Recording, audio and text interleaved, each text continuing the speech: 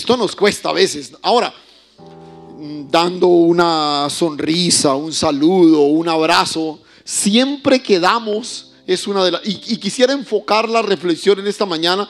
Repito, muchas maneras de expresar gratitud, pero quiero enfocarme ahí, en esto. Y quiero hablarle de algo que he titulado convicciones de gratitud. Porque el asunto de la gratitud no es algo que forzan en mí. El asunto de la gratitud es algo que se manifiesta por razón de lo que yo soy. Otra vez. La gratitud no es una acción forzada en la cual participamos. La gratitud es una expresión natural de lo que somos. Amén. Amén. Eso, muy bien. Entonces, hoy quiero hablarle precisamente de eso. Cuando yo tengo claras las convicciones de gratitud, yo sencillamente respondo a lo que está ahí al interior de mi corazón. Muchos de los grandes hombres de Dios expresaron su fidelidad al Señor, su convicción al Señor a través de lo que dieron, ¿no? Entonces encontramos, por ejemplo, a Abraham, que es el ejemplo que vamos a mirar en esta mañana, pero también, por ejemplo, a Jacob.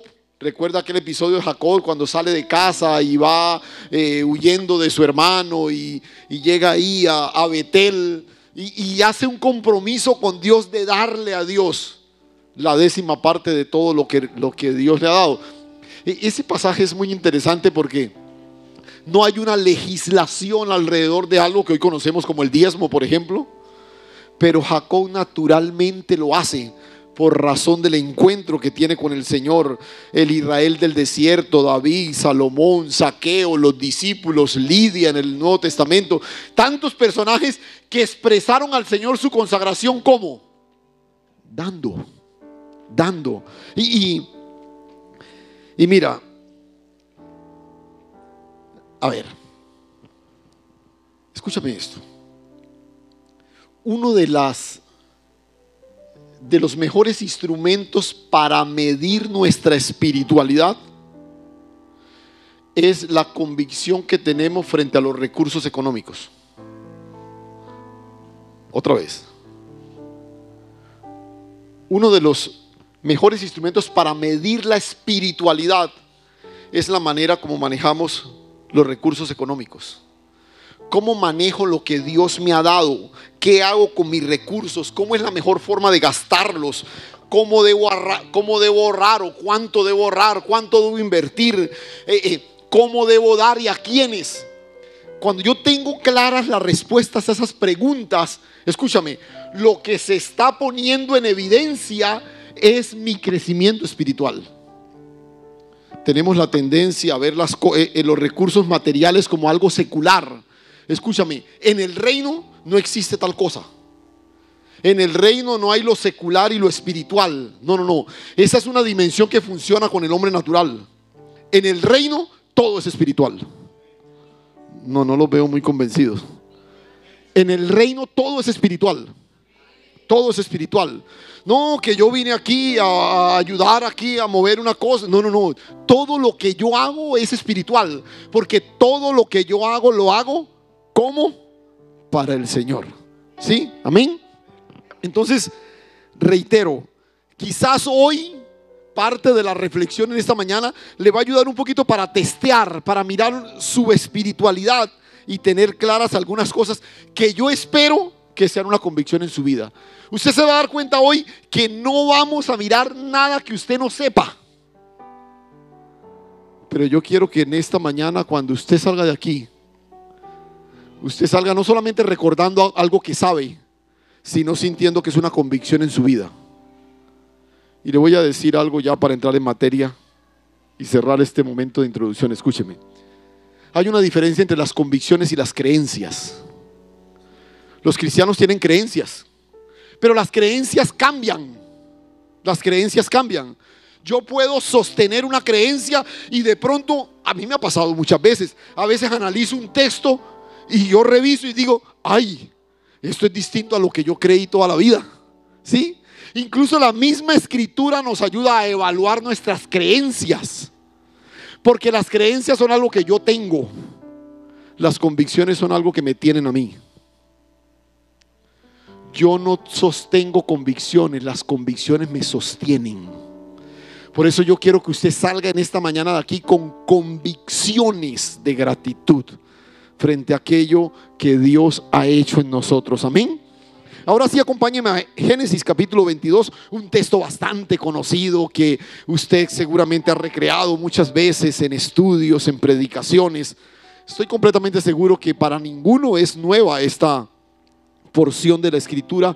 Es el relato del llamado de Dios a Abraham a darle a su hijo en ofrenda, en sacrificio. Lo tiene ahí, capítulo 22. Yo voy a permitirme leerlo en la Reina Valera. Si usted tiene otra versión, sígala ahí, pero yo le decía al pastor que yo sigo siendo devoto de la Reina Valera. Entonces, capítulo 22. Aconteció después de estas cosas que probó Dios a Abraham y le dijo: Abraham. Y él respondió: heme aquí. Y dijo: toma ahora tu hijo, tu único, Isaac, a quien amas, y vete a la tierra de Moriat y ofrécelo allí en holocausto sobre uno de los montes que yo te diré. Y Abraham se levantó muy de mañana y enalbardó su asno y tomó consigo 2 siervos suyos y a Isaac su hijo, y cortó leña para el holocausto y se levantó y fue al lugar que Dios le dijo. Al tercer día alzó Abraham sus ojos y vio el lugar de lejos. Entonces dijo Abraham a sus siervos: esperad aquí con el asno, y yo y el muchacho iremos hasta allí, adoraremos y volveremos a vosotros. Y tomó Abraham la leña del holocausto y la puso sobre Isaac su hijo, y él tomó en su mano el fuego y el cuchillo, y fueron ambos juntos. Entonces habló Isaac a Abraham su padre y le dijo: Padre. Y él respondió: heme aquí mi hijo. Y él le dijo: he aquí el fuego y la leña, mas ¿dónde está el cordero para el holocausto? Y respondió Abraham: Dios se proveerá de cordero para el holocausto, hijo mío. E iban juntos. Y cuando llegaron al lugar que Dios había dicho, edificó allí Abraham un altar y compuso la leña y ató a Isaac su hijo y lo puso sobre el altar, lo puso en el altar sobre la leña. Y extendió Abraham su mano y tomó el cuchillo para degollar a su hijo. Entonces el ángel de Jehová le dio voces desde el cielo y dijo: Abraham, Abraham. Y él respondió: heme aquí. Y dijo: no extiendas tu mano sobre el muchacho ni le hagas nada, porque yo conozco que temes a Dios, por cuanto no me rehusaste tu hijo, tu único. Entonces alzó Abraham sus ojos y miró, y he aquí a sus espaldas un carnero trabado en un zarzal por sus cuernos. Y fue Abraham y tomó el carnero y lo ofreció en holocausto en lugar de su hijo. Y llamó a Abraham el nombre de aquel lugar: Jehová proveerá, Jehová Jireh. Por tanto se dice hoy: en el monte de Jehová será provisto. Conocemos la historia, repito, y por eso va a ser un poquito más fácil, más dinámico poder movernos en algunos detalles del relato que usted conoce. Pero quiero que vayamos, que nos concentremos en algunos detalles de la historia que ilustran, que definen lo que queremos puntualizar en esta mañana. El texto arranca diciendo: aconteció después de estas cosas. Y la pregunta primera sería: ¿de cuáles cosas? ¿No? ¿Qué es lo que ha ocurrido ya para que se introduzca este nuevo episodio? ¿Qué cosas han pasado en la vida de Abraham? Pues Abraham ya disfruta de la tranquilidad, escuche, de ver frente a sus ojos todo lo que Dios le había prometido. Todo. Abraham es un hombre tranquilo. Abraham es un tipo que tiene muchos recursos económicos. Atrás quedaron las amenazas de los moradores de la tierra. La tensión que se hizo con Job, con Lot, su sobrino, con la tensión que se generó con el nacimiento de Ismael. ¿Recuerdan? Cuando él se puso a hacerle caso a la esposa y bueno, y toda la tensión que se generó con eso. Ya todo eso había pasado a un segundo plano. Ahora este hombre está rodeado de bienes, de respeto, de reconocimiento, y tiene su hijo, el de la promesa. El de la promesa. La mayoría de estudiosos coinciden que Isaac podía tener alrededor de unos 12, 13 años, todo un adolescente en esa época. Entonces, después de estas cosas, todo ese descanso, bienestar, el texto dice que Dios decide ¿qué? Dios decide ¿qué con Abraham? Probarlo. Abraham es sometido a prueba. Y escucha, porque Dios siempre está buscando la devoción de nuestro corazón. Y uno dirá, pero Abraham está cómodo, déjelo tranquilo. Escúchame algo, Dios no está interesado en nuestro bienestar. Dios no está comprometido con nuestro bienestar. Dios está comprometido con el cumplimiento de su propósito en nosotros. Ese es el compromiso primero del Señor. A veces la iglesia estamos tan enfocados en nuestro bienestar que parece como si Dios estuviera en función de mi bienestar. No, saques eso de la cabeza. Dios no está comprometido con tu bienestar. Dios está comprometido con el cumplimiento de su propósito en ti. Y si para cumplir tu propósito en ti tiene que tiene que someterte a prueba, lo va a hacer. Porque finalmente eso es lo que Él persigue de nosotros, que su propósito se cumpla. Amén. El objetivo del Señor no es que estemos cómodos, es que seamos conformados a la imagen de Cristo. Ese es el objetivo del Señor. Por eso es importante analizar cuando pasamos momentos de pruebas. Por eso la gratitud toma relevancia aquí, no la queja. No la queja. Ay, yo no entiendo por qué me pasan estas cosas a mí. Pues reflexiona, porque probablemente Dios está usando eso ¿para qué? Para conformar en ti la imagen de Cristo. Cuando tú tienes un problema económico, Dios no está probando tu billetera. Cuando tú tienes un problema con tu salud, Dios no está probando, la prueba no es de tu salud, la prueba es una prueba de fe. Siempre es una prueba de fe, siempre. Entonces, quiero que atesoremos en nuestro corazón 3 convicciones que, repito, podemos apreciar en el texto y que de alguna manera gobernaron la vida del patriarca en medio de esta prueba que vuelvo y digo, wow, yo he experimentado pruebas de parte del Señor y creo que usted también, sin duda alguna, ¿sí? Pero les aseguro que ninguna como esta. Ninguna como esta. Yo siempre he dicho con esta historia que esto es como lo de la Virgen María. Pasó una vez y gracias a Dios no va a pasar otra vez. ¿Cierto? Eso de que se aparezca la novia diciéndole al novio que es que está embarazada por obra del Espíritu Santo, ¿cierto? Gracias a Dios pasó una vez y no va a volver a pasar más, ¿cierto? Esto es más o menos eso. Dios le pide a Abraham que le entregue a su hijo en sacrificio y gracias a Dios pasó una vez y no va a volver a pasar. Porque otra vez, vuelvo y digo, usted ha tenido pruebas difíciles, pero le aseguro que ninguna como esta. Solo imagíneselo. Yo he tratado de hacer el ejercicio que Dios me pidiera a mi hijo en sacrificio. Yo diría, listo, Señor. No, que listo, ni que nada. Yo no, o sea, yo digo, venga, Señor. Pero Abraham es sorprendente. Creo que es un personaje del que deberíamos estudiar un poco más. 3 convicciones entonces. La primera de ellas, repito, nada nuevo. Pero usted va a hacer de lo que cree una convicción en su vida. Amén. Primero, Dios es el dueño de todo.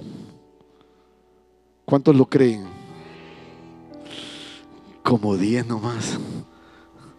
¿Cuántos lo creen? Usted lo cree. Yo espero que se convierta en una convicción.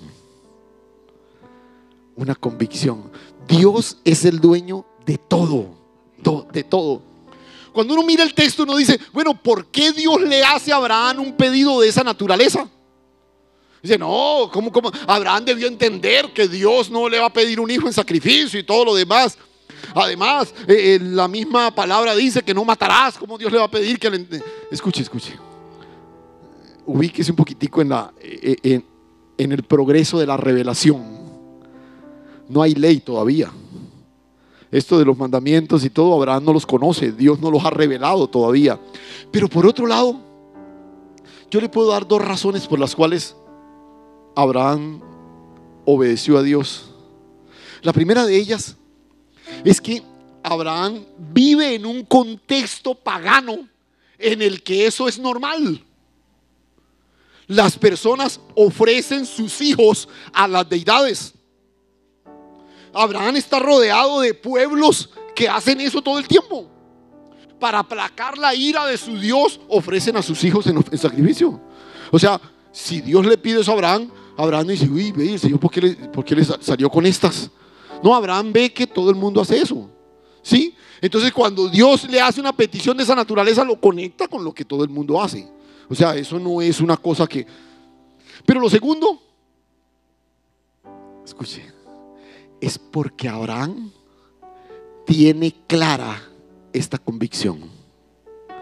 Dios, dígalo, Dios es el dueño de todo,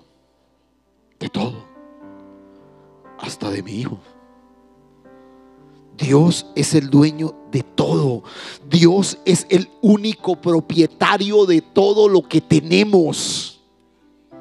Su ropa, su casa, sus hijos, sus equipos, sus acciones, sus ahorros, todo es de Dios. Y todo lo demás que usted se puede imaginar, todo es de Él. Todo es de Él. En Crónicas encontramos esta declaración preciosa. Escuche: tuya es, oh Jehová, la magnificencia, el poder, la gloria, la victoria, el honor. Todas las cosas que están en los cielos y en la tierra son tuyas. Tuyo, oh Jehová, es el reino. Tú eres excelso sobre todo. Las riquezas, la gloria proceden de ti. Tú dominas sobre todo, y en tu mano está la fuerza y el poder, y en tu mano el hacer grande y el dar poder a todos. El salmista también menciona: de Jehová es la tierra y su plenitud, el mundo y todo lo que en él habita. Todo es del Señor.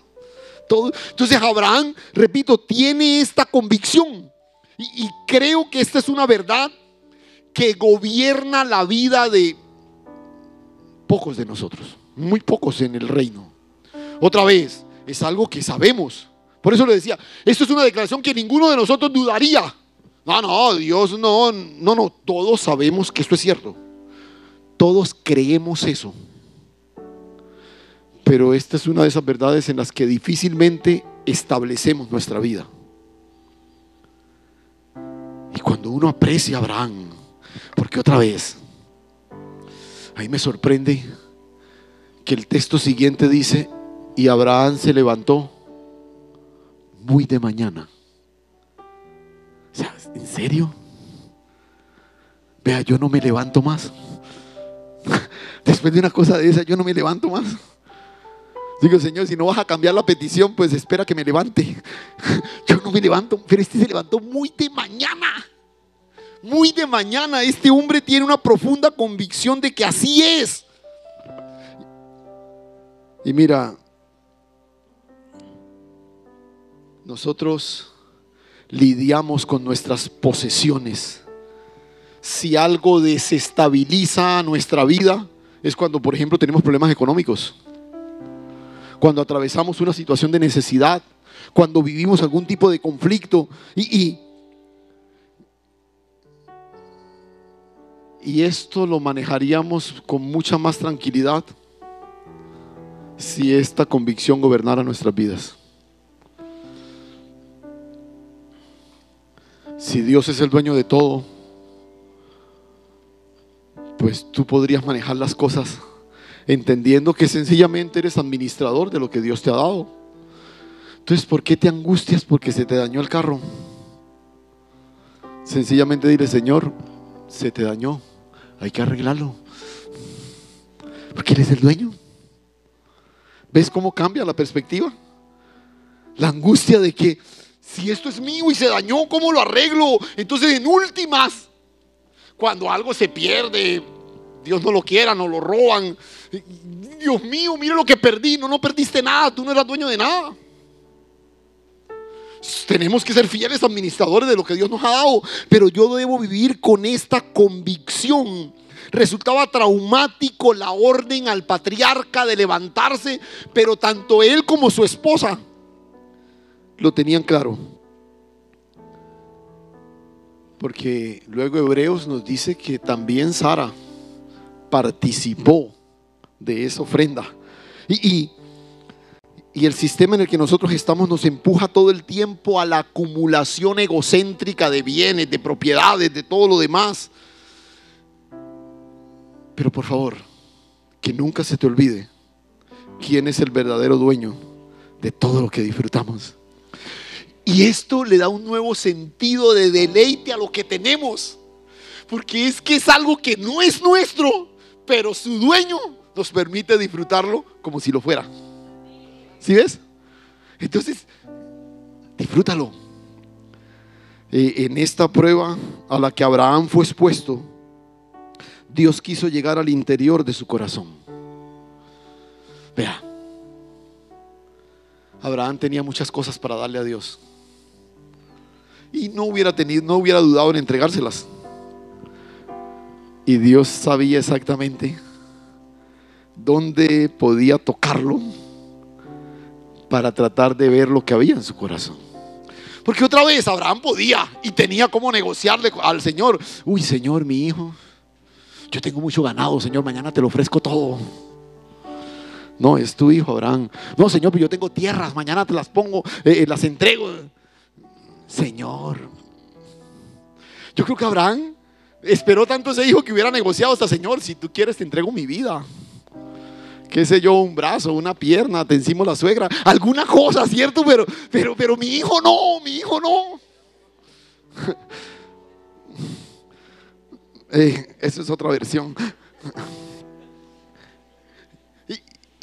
Y aunque el texto no nos dice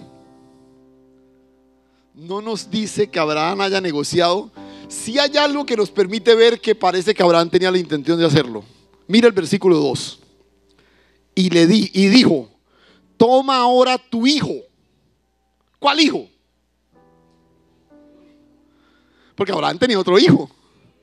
Entonces Abraham podría haber dicho: hey, muchachos, busquen a Ismael a ver qué es lo que Dios quiere. No. Dice: tu hijo, tu único. Y como que tu único, y como que para que le quede todavía más claro, dice: Isaac, a quien amas. O sea, le quedó claro a Abraham qué es lo que le estoy pidiendo. Y vete a tierra de Moría y ofrécelo en sacrificio. Dios es el dueño de todo. Amén. De todo. Pero la segunda convicción está en esa misma línea. Dios lo controla todo. Amén. Nada se sale de su control. Nada. Muchas cosas se salen de nuestro control, nunca del suyo. Nunca del suyo. Y es fácil apreciar a Dios obrando en nuestra salvación eterna.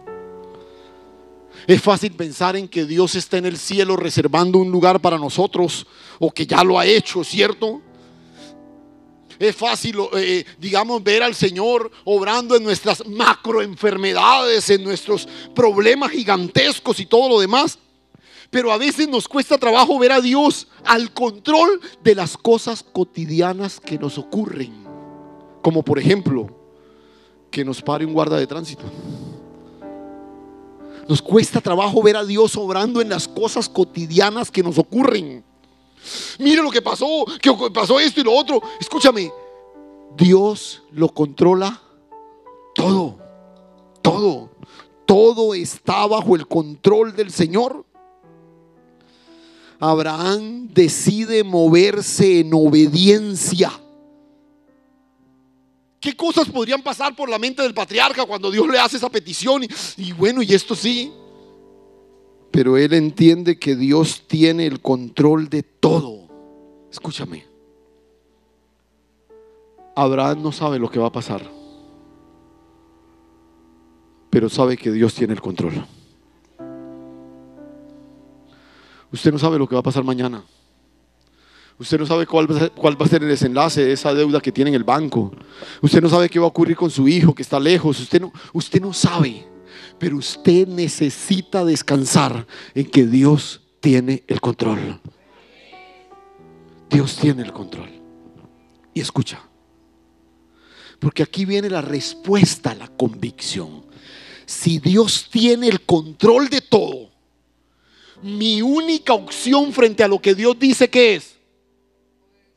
¿Qué es? Obedecer. ¿Sí? Y el problema nuestro es que nuestra obediencia casi siempre está condicionada por nuestra conveniencia. Yo obedezco si me conviene.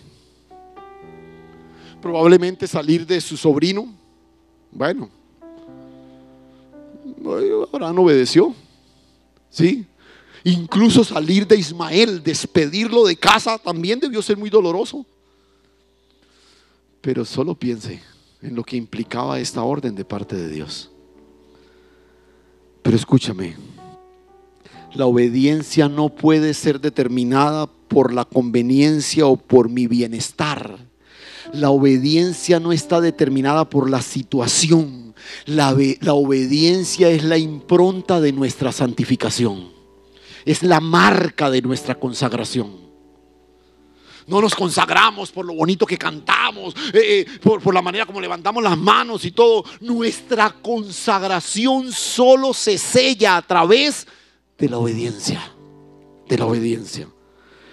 Toma y ofrécelo en sacrificio. Son dos expresiones que resumen la orden de Dios para el patriarca. Y Abraham obedece. Se levantó muy de mañana, enalbardó su asno, tomó consigo 2 siervos y a su hijo, cortó la leña para el holocausto, se levantó y fue al lugar que Dios le dijo. Nosotros tenemos muchos problemas cuando filosofamos lo que Dios ha dicho. ¿Será que viene de Dios? ¿Será que esto? ¿Será que lo otro? Y tratamos de encontrarle, no, tratar de buscarle como alguna salida a lo que Dios ha declarado.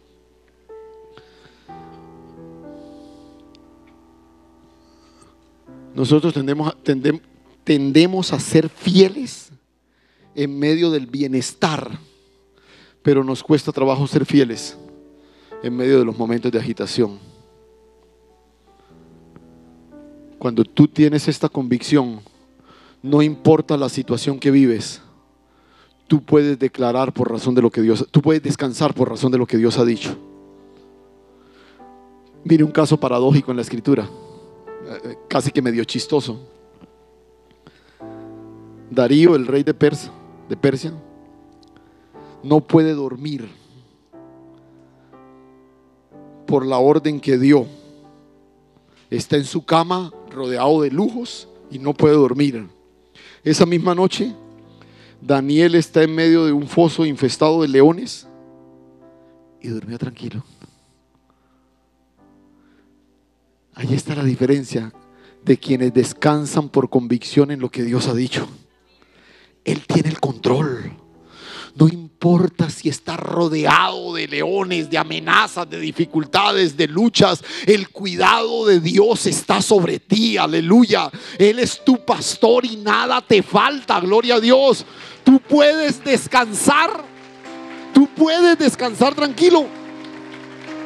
Dios tiene el control. Por más apremiante que sea la situación, por más difícil que sea el problema financiero o familiar que estés atravesando, Dios tiene el control. Yo siempre pienso que ese recorrido, ese peregrinar del patriarca con su hijo camino a la cima de aquel monte debió ser el trayecto más tortuoso del mundo para este anciano. Y sobre todo cuando el pelado le hace semejante pregunta, ¿no? O sea, eso debió ser muy duro, ¿no? Porque yo creo que Abraham no quería ni hablar. ¿Qué va a querer hablar, cierto? Pero el muchacho va ahí cargando la leña y todo, y de pronto. Ahora, aquí hay algo muy. Permítame este paréntesis. Aquí hay algo muy interesante. ¿Por qué Isaac preguntó lo que preguntó?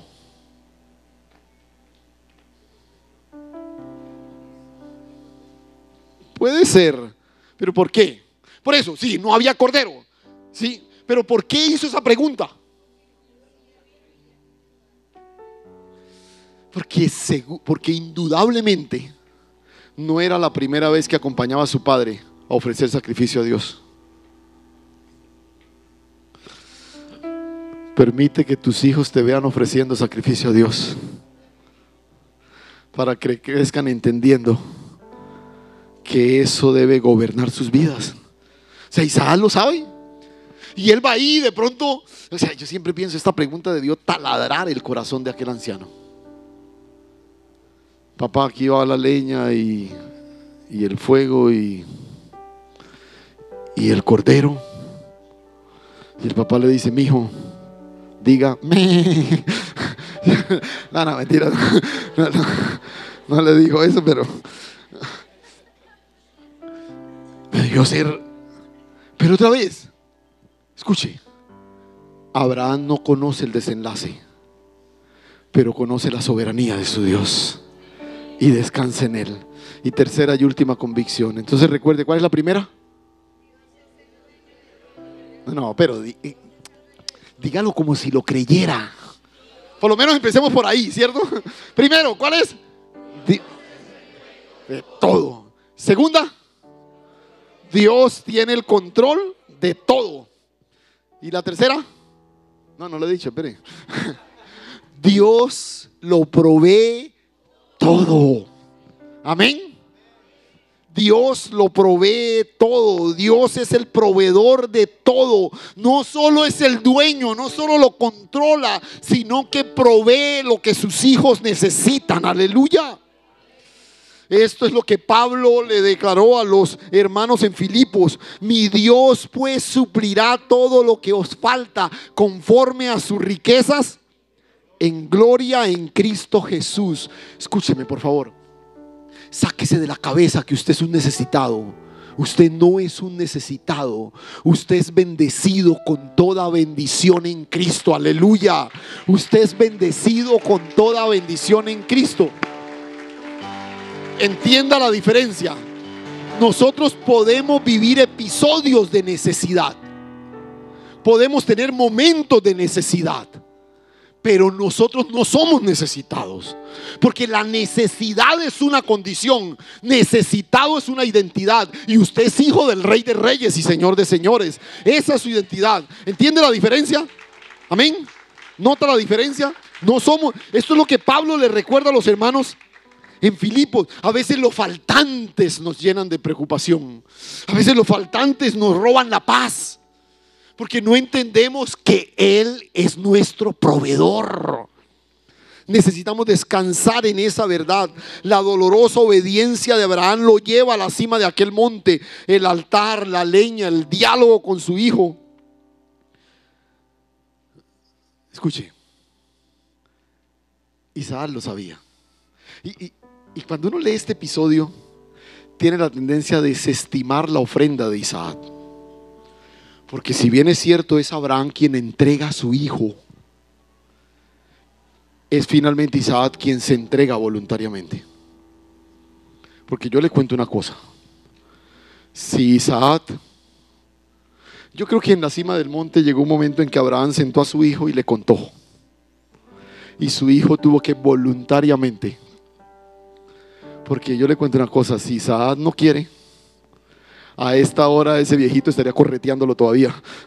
¿Usted cree que un viejo de 120 años hubiera alcanzado a un muchacho de 12, 13 años? Todavía estaría persiguiéndolo.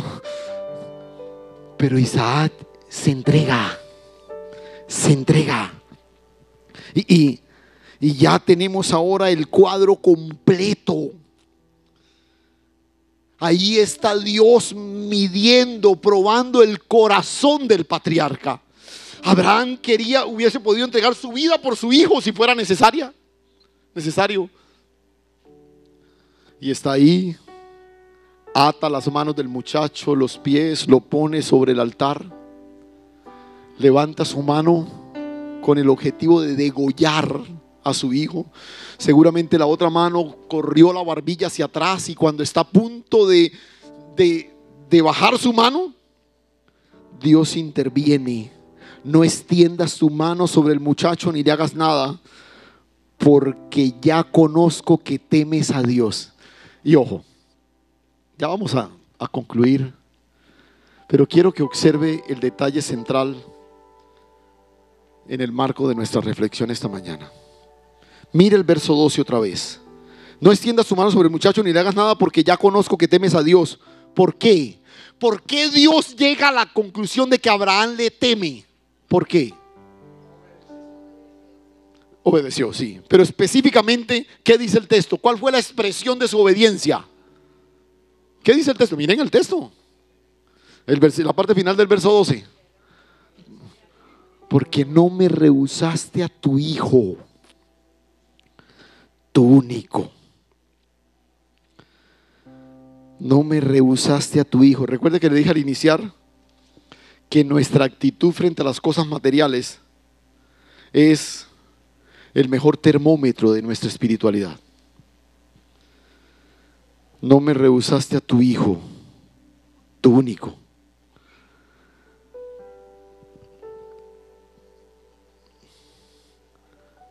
A mí no me debe doler cuando Dios me pide algo. ¿Por qué? No, pero hay una antes de esa. ¿Por qué? Hay una antes de esa. ¿Por qué? Porque eres el dueño de todo. O sea, ¿por qué? Es como si, a ver, como si el pastor Elías me dijera: mira, me voy de viaje, pastor Ángel, le dejo mi carro esta semana para que ustedes, si necesitan hacer una vuelta o algo, y cuando regrese el pastor Elías me dice: pastor Ángel, el carro. O sea, ¿por qué me va a doler devolvérselo? Es que es de él. Resultaría absurdo que le dijera: mi pastor Elías, usted me perjudica de esa manera pidiéndome el carro. Es que usted viera todo lo que tengo que hacer esta semana. No, es que es de él. Nota, el ejemplo suena como medio absurdo, pero así nos pasa a nosotros. Él es el dueño de todo. Bueno, por lo menos hay una persona que tiene esa convicción.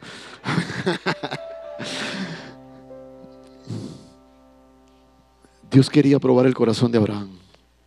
Mira cómo termina. Verso 13.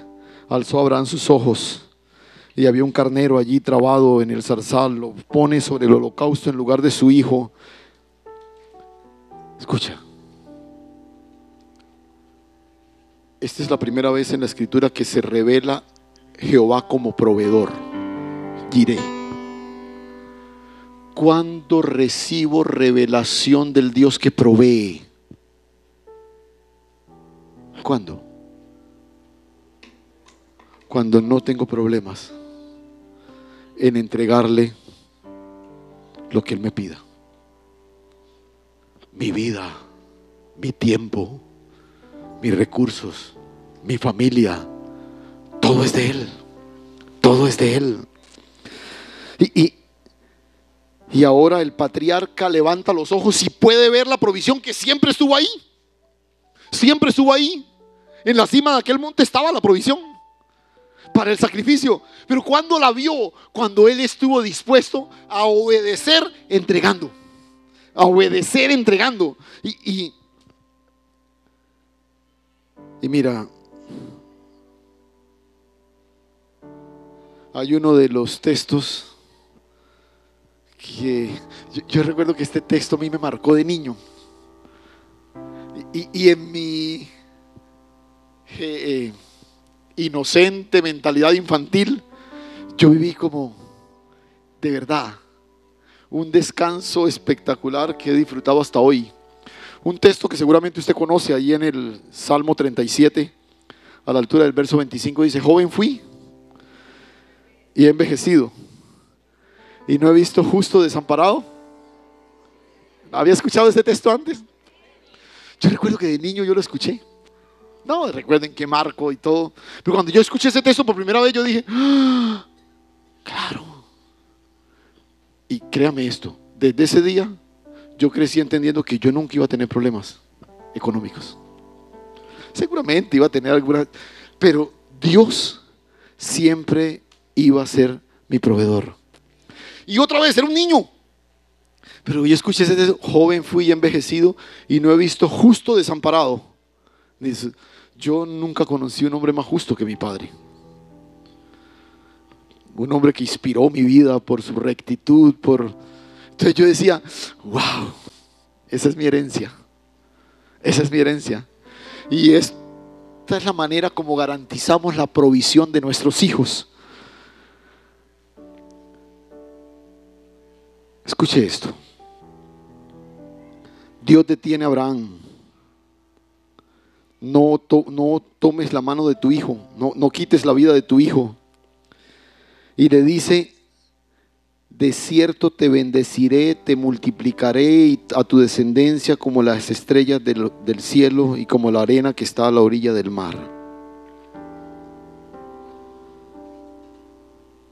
Dios le declara a Abraham, escuche, no una bendición nueva, le recuerda lo que ya le había dicho antes. Si usted me permite concluir de manera como simplista un poquito un mensaje que por su contenido es muy profundo. Abraham fue el hombre que lo tuvo todo de parte de Dios. Tuvo años de vida. Incluso el texto registra que murió lleno de días. ¿Sí? O sea, Abraham murió de viejito, pero lleno de vida.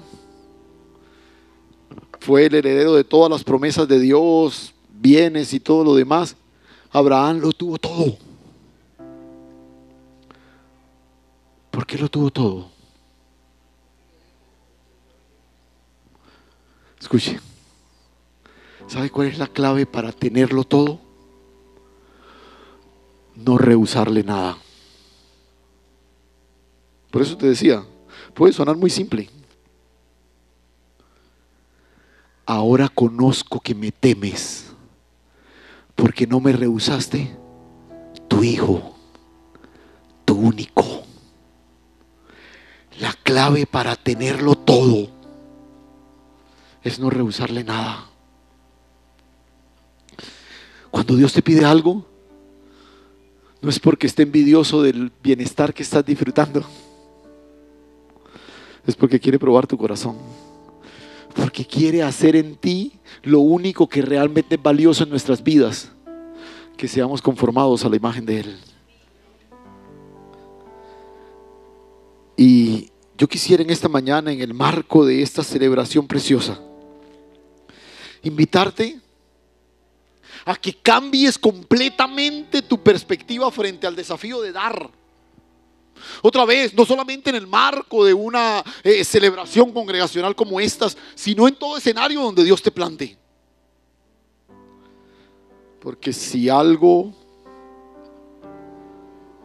evidencia la identidad de nosotros como hijos, es que somos hijos de un Padre que todo lo dio.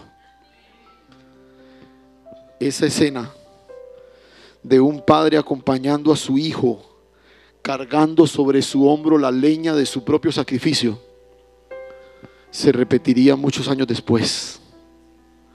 Un padre desde el cielo, siguiendo con su mirada a su unigénito, subiendo a la cima del monte, cargando sobre su hombro su propia cruz. Pero a diferencia de Abraham, Él sí lo dio por amor a todos nosotros. Por amor a todos nosotros. Cuando Dios te pide algo,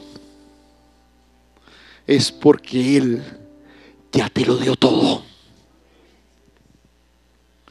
Y quizás un último detalle que puede ayudarnos a abrazar con toda convicción esto tan sencillo que hoy hemos aprendido en la palabra.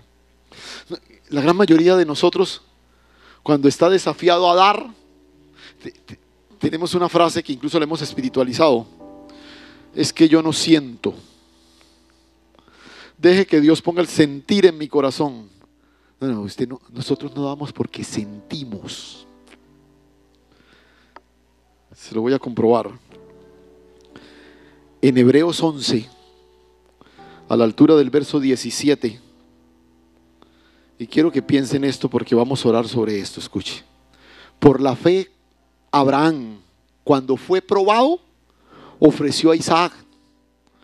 Y el que había recibido las promesas ofrecía a su unigénito, habiéndosele dicho: en Isaac te será llamada descendencia.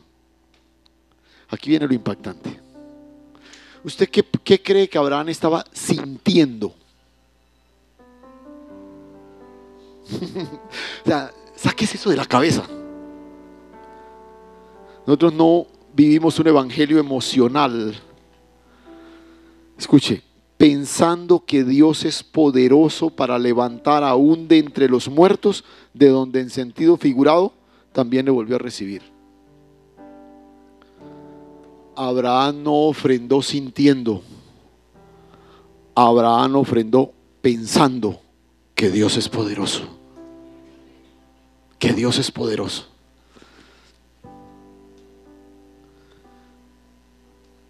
Abraham iba a degollar a su hijo, porque Dios se lo había pedido. Abraham no estaba pensando que Dios lo iba a detener. Abraham estaba pensando que Dios lo iba a resucitar. Esto es impactante, porque a estas alturas de la revelación, Dios no ha resucitado el primero. No ha habido una sola resurrección en la Biblia hasta este punto de la revelación. O sea, que este hombre esté pensando que Dios le va a resucitar el hijo que él mismo va a matar. Quiero que usted entienda el tamaño de la fe de Abraham. Cuando usted dé, no dé por lo que siente. La convicción que gobierna nuestra generosidad es saber que Dios es poderoso, que Dios es poderoso y que cumple su propósito a través de nosotros. Cierra tus ojos un momento. Y ahí donde estás, creo que es fácil recordar estas tres sencillas convicciones de gratitud. Los todos de Dios. Él es el dueño de todo. Él lo controla todo, pero Él lo provee todo. Aún nuestra descendencia. No se angustie por la provisión de su Hijo. Afírmese en su fidelidad a Dios, porque no he visto justo desamparado ni su descendencia que mendigue pan. La provisión de su Hijo no se garantiza dejándole una cuantiosa herencia. Ojalá se la pueda dejar, pero eso no es garantía. La provisión de su Hijo está garantizada por su fidelidad. Por su fidelidad. Y en esta jornada de gratitud, yo quiero que participemos de ella pensando que Dios es poderoso para resucitar aún esos episodios donde tú solo has visto muerte, escasez, ruina, dificultad. Dios es poderoso. Señor, gracias.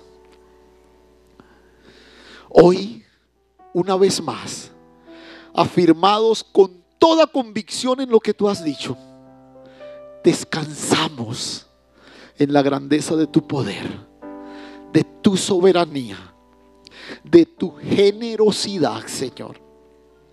Gracias. Gracias. Gracias por todo lo que disfrutamos en casa. Aún las prendas que tenemos hoy sobre nosotros, las cosas porque son tuyas, Señor. Gracias. Gracias porque aún los episodios que parecen salirse de mi control, sin duda es así, pero nunca se salen de tu control, Señor. Hay deudas, inversiones, malas decisiones que tomamos que se salen de nuestro control, pero nunca del tuyo, Señor. Tú eres nuestro proveedor. Permítenos ver con la visión de Dios la provisión que está ahí enredada, y que podamos tener claridad de saber que tú lo has dispuesto todo. Gracias. Gracias, Señor. Gracias por este escenario donde tú nos has plantado para edificación, para que el proyecto generacional de Dios alcance su cumplimiento entre nosotros. Gracias, Señor. Gracias, mi Padre Celestial. Gracias, Dios. Hoy, con la convicción absoluta de que tú eres el dueño de todo, queremos consagrar una vez más a ti todo lo que somos, todo cuanto tenemos. Gracias, Señor. A ti la gloria, toda la honra, todo el reconocimiento en Cristo Jesús. Amén y amén. Gloria al Señor.